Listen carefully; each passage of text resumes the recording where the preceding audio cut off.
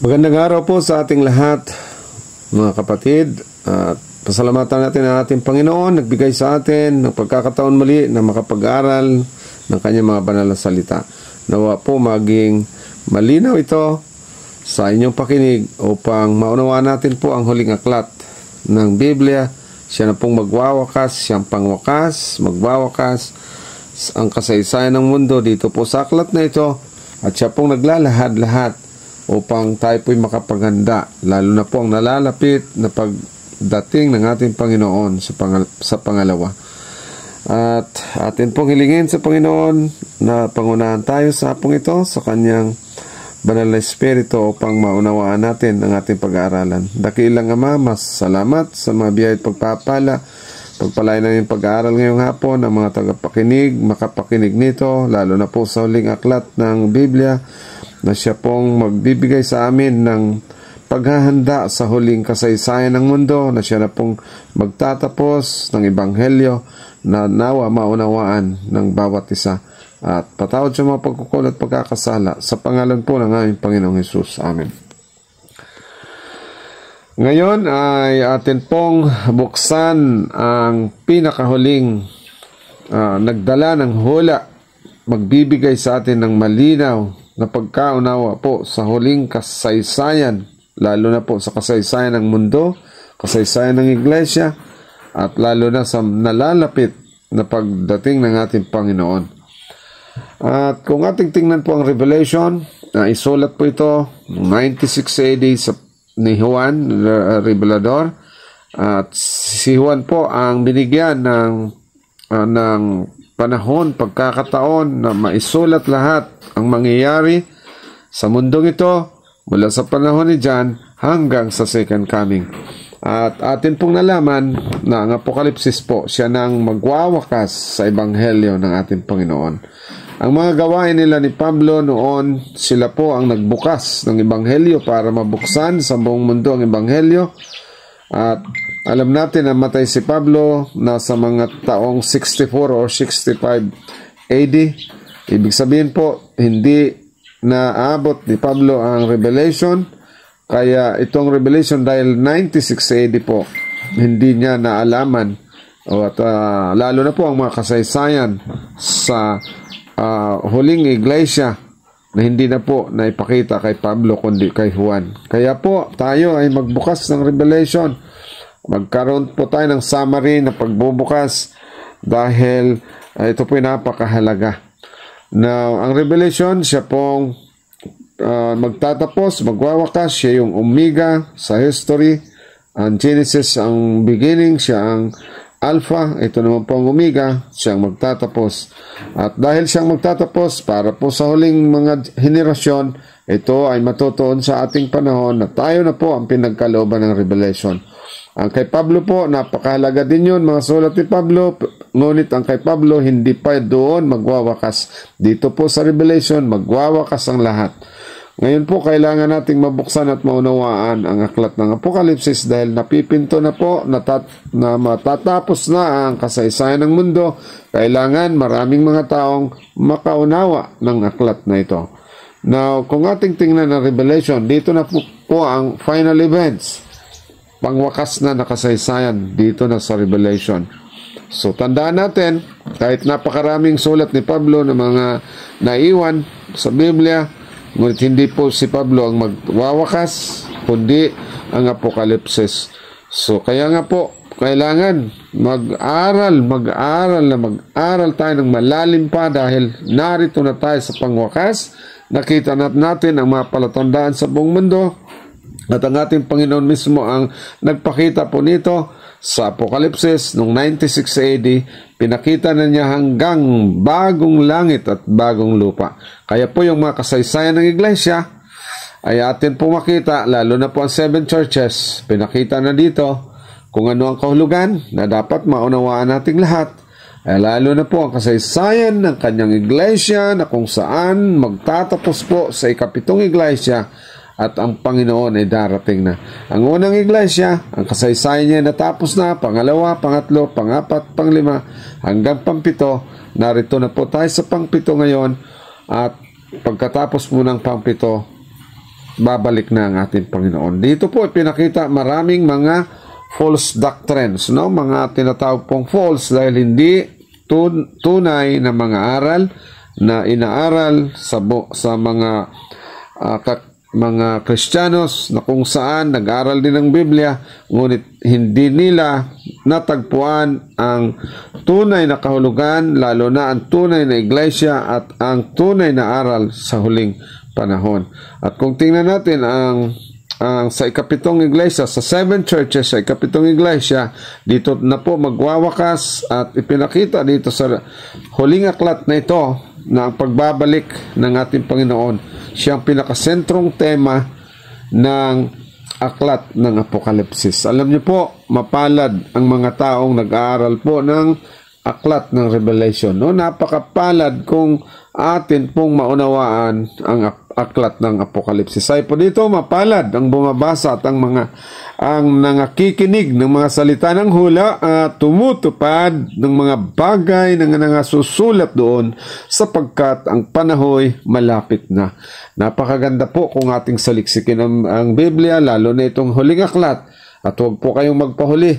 Magbukas tayo dahil ang sinabi po dito, ang mapalad lang po yung mga mag-aaral dito. Yung pong hindi mag-aaral dito, hindi po maibigay ang tunay na pagpapala. Tandaan natin, Revelation 22:7, narito ako'y madaling pumaparito, mapalad ang tumutupad ng mga salita ng hula ng aklat na ito.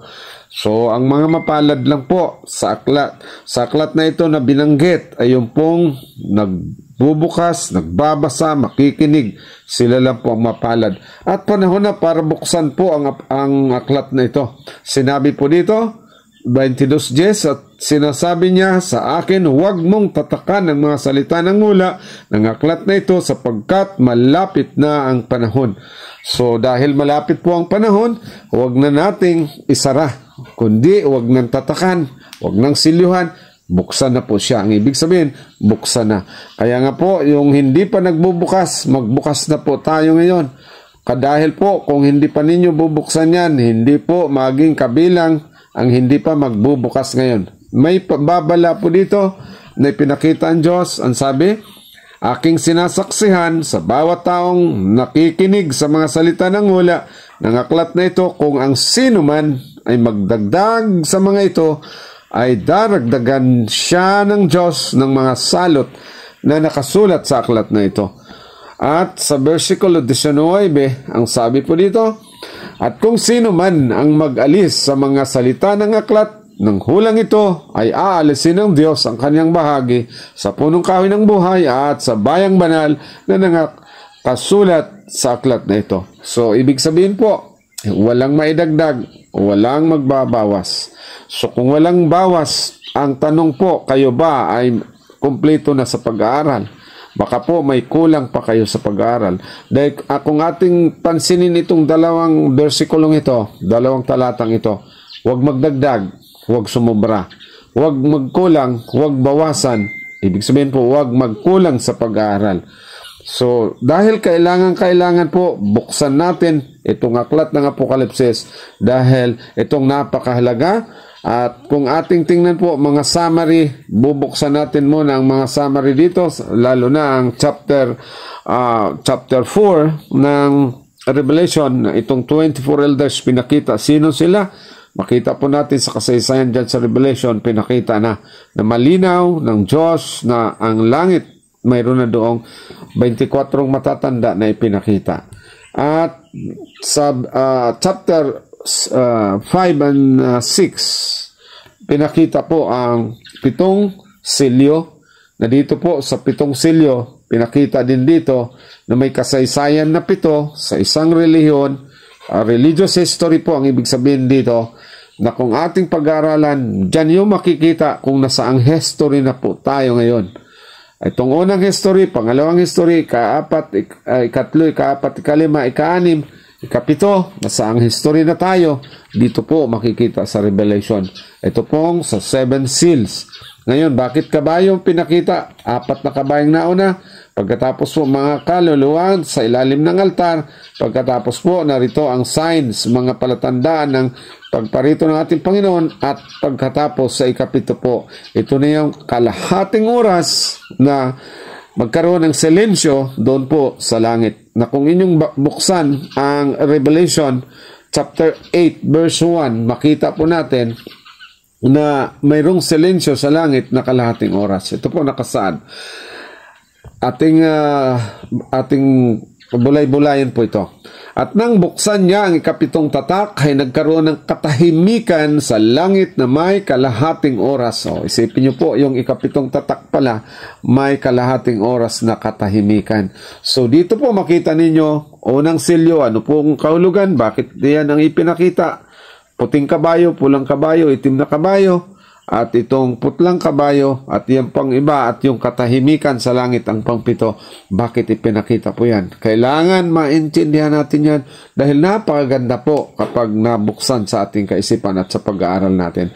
Mayroon din pong 7 trumpeta dyan po sa Revelation chapter 8 and 9. Makita nyo po dyan ang 7 trumpets kung bakit may 7 trumpeta, dahil may kahulugan din kung ano ang kahulugan niya. Alam niyo po ang 7 trompeta, 7 kasaysayan ng political and military and political strife or war, gera po yon. Now, kasama na po dyan ang Armageddon. Kaya po, kung inyong bubuksan ito, malaman natin ngayon kung anong mga kasaysayan nito. At dito po sa Revelation chapter 10, makita niyo po na ang Panginoon may anghel na ipinadala. At ang kanyang paa makita nyo nasa dagat, ang isa, ang kanan nasa dagat, ang kaliwa po nasa lupa. May dalang maliit na balumbon at sinabi niya, kainin mo itong balumbon dyan at matamis sa iyong bibig, ngunit papaitin sa inyong tiyan. Isipin nyo po, matamis sa bibig, papait naman sa tiyan. Ano kahulugan? So kailangan maunawaan din po natin to dahil napakahalaga. Ito pong mga hulang ito, kasi nais ng Diyos na pag-aralan natin na walang magkulang dito, dahil kung hindi mo maunawaan ito, maaaring mayroong mabibigo sa atin. Tingnan nyo po ang paa. Bakit hinati yan ang paa? Lupa at dagat? Dahil may kahulugan ang ipapahiwatig ng Diyos dyan. No? Now, dito naman sa Revelation 11, makita nyo po na may 2 olibo, 2 witness, saksi, may 2 kandelero. Makita nyo kung bakit ipinakita ng Diyos yan at bakit yung 2 saksi pinatay, 3 araw at kalahati na nahimlay po sa Sodoma at Gomora. Hindi naman inilibing ang katawan, pero namatay po sila, pero nabuhay after 3.5 days. Anong kahulugan? Pinakita din po dyan. At kung inyong alamin, bakit may olibo? Ayan po, mabuksan natin, bakit kaya may 2 olibo? Bakit kaya may lampstand? So, anong ipapahiwatig? Ano ang lampstand? Ano ang witness? Ano ang 2 olibo? Kung hindi po natin mabuksan, hindi rin po natin malaman yan. Dito naman po, Revelation 12, may babaeng malinis, may dragon na kumakalaban sa babae, at may mga bituin na kinaladkad niya ang kaaway, at may mga bituin po na kumaladkad sa buntot ng dragon na nakuha niya. Ibig sabihin po, itong babae ay pinakita dyan, Revelation 12:1, may damit po siyang malinis, may 12 stars sa ulo, may buwan sa ilalim ng paa.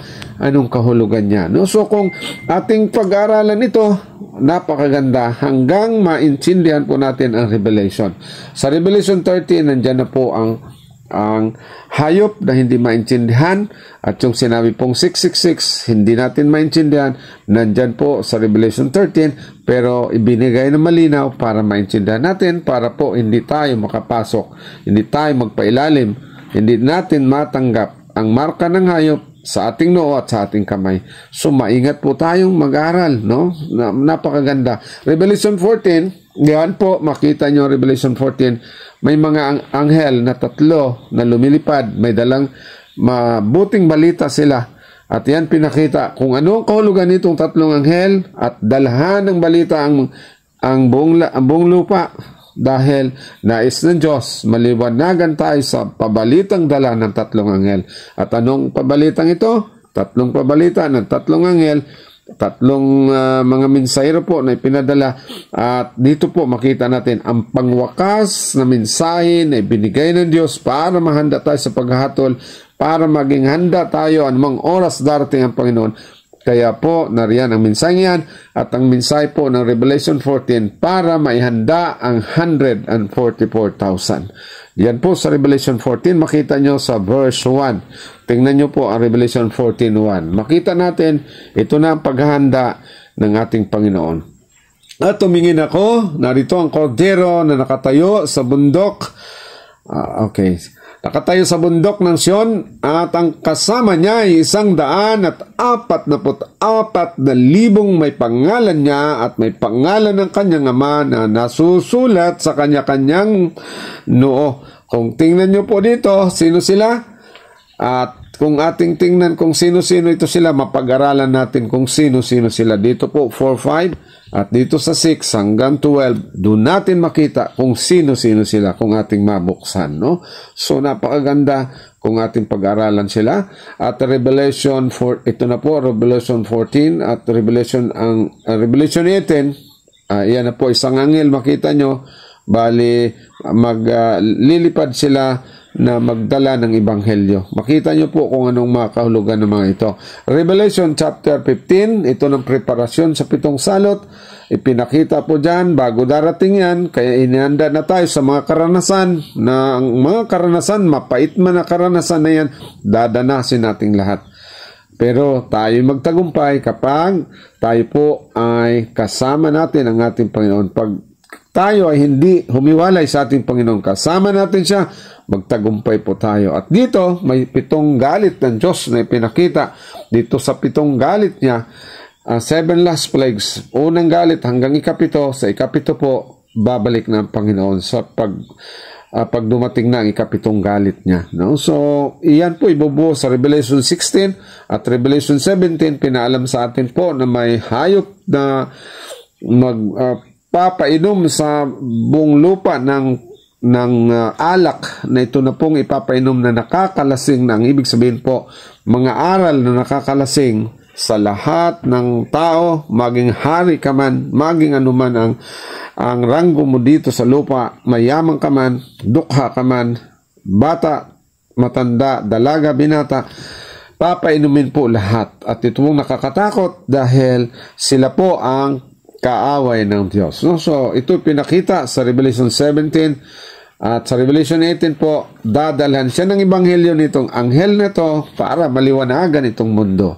Dahil itong mundo na puno na ng kadiliman, nalaso na ng aral, ng kamalian, kaya po ipapaliwanag ng salita ng Diyos para maging malinaw na maintindihan ng mga tao ang paghahanda, tunay na paghanda. Kaya ang Revelation po nasulat yan para maging handa tayo.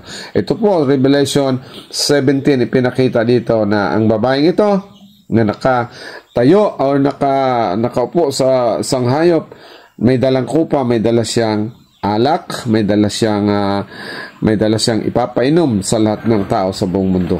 Kung ano ang alak, at atin din po yung pag-aaralan, no? So yan siya, makita natin kung gusto niyang sakupin ang buong mundo.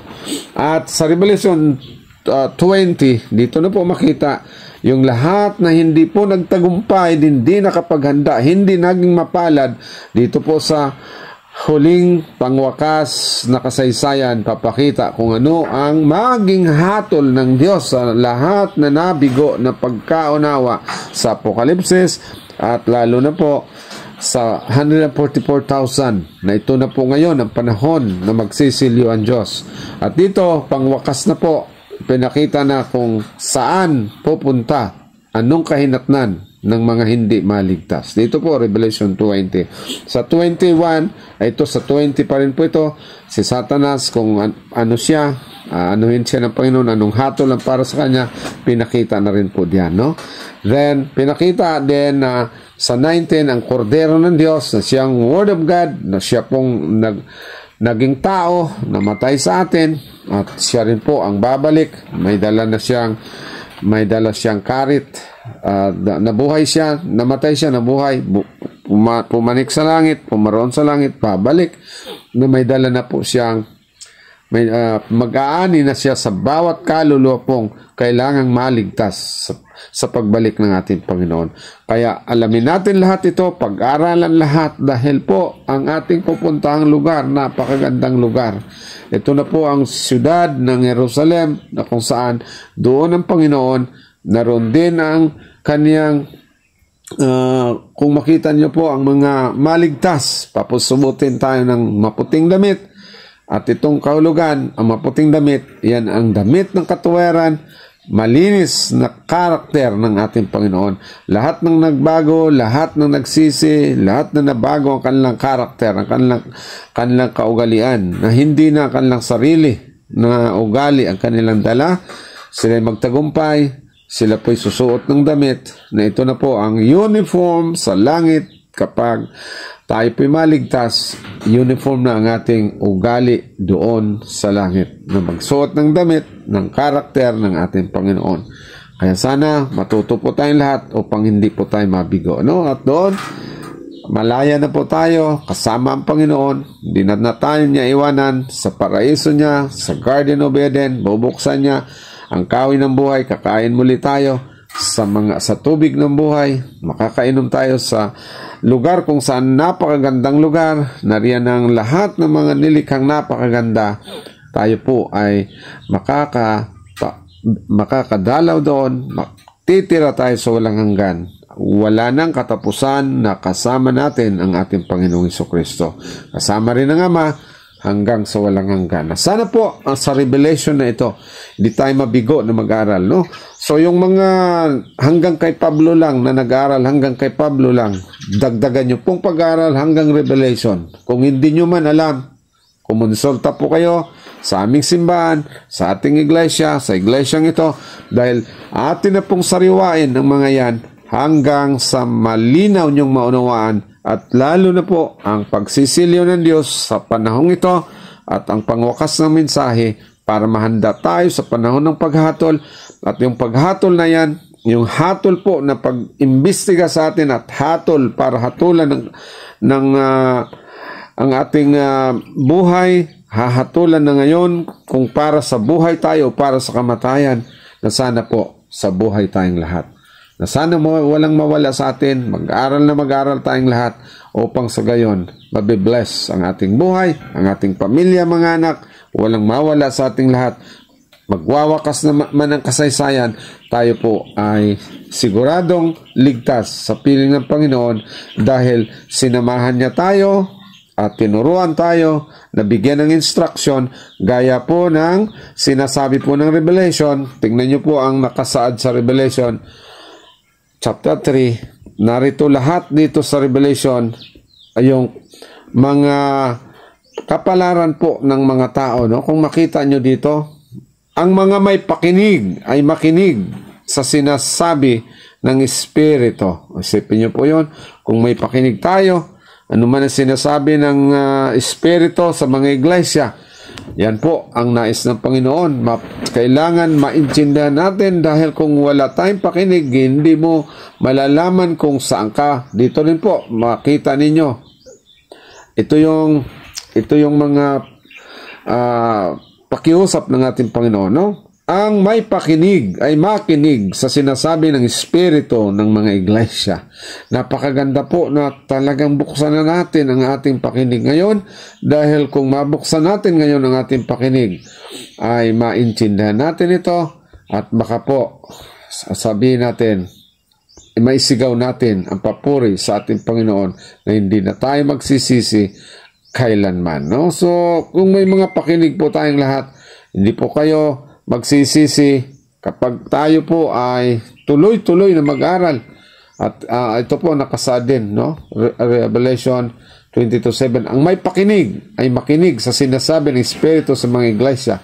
Ang magtagumpay ay siya kung pakakanin ng mapunong kahoy ng buhay na nasa paraiso ng Diyos. Isipin niyo po yon. Now, hindi ba natin sikapin ang mga ito upang tayo pong lahat maging blessed na mga tao? Na ulitin kong basahin ang sinabi po ng Revelation 1:3. Nais nyo bang makasama doon sa sinasabing mapalad? So, ito po lang, tandaan natin. Mapalad ang bumabasa at ang nangakikinig ng mga salita ng hula at tumutupad ng mga bagay na nasusulat doon sapagkat ang panahoy malapit na. Purihin ang Diyos sa oras na ito. Sana po buksan na natin ang ating puso, kaisipan, ang tainga sa pakikinig at pag-uunawa upang wala pong kahit isa na mailigaw sa tamang aral ng Panginoon at hindi masayang ating buhay, kundi magkaroon po tayo ng tunay na kapalaran, buhay na walang hanggan, ang ating pong tamasain sa wala ng katapusan, na ito na po ang blessedness na sinabi ng Panginoon, mapalad kayo. So tingnan nyo po ang salita, mapalad ang bumabasa, makikinig, nangakikinig at tumutupad ng mga salita ng hula.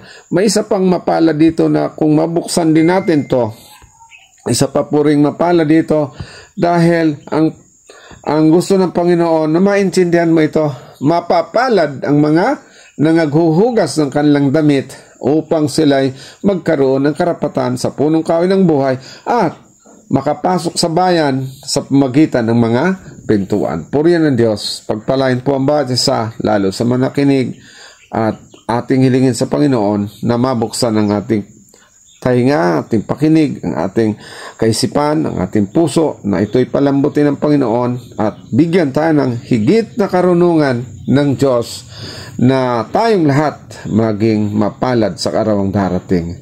Malapit ng pagdating natin, Panginoon, salubungin natin siya na may kapayapaan, kagalakan, na may katahimikan, na may pagmamahalan, na may sigawan ng papuri sa Panginoon. Ito po ang dalangin in Jesus' name. Amen.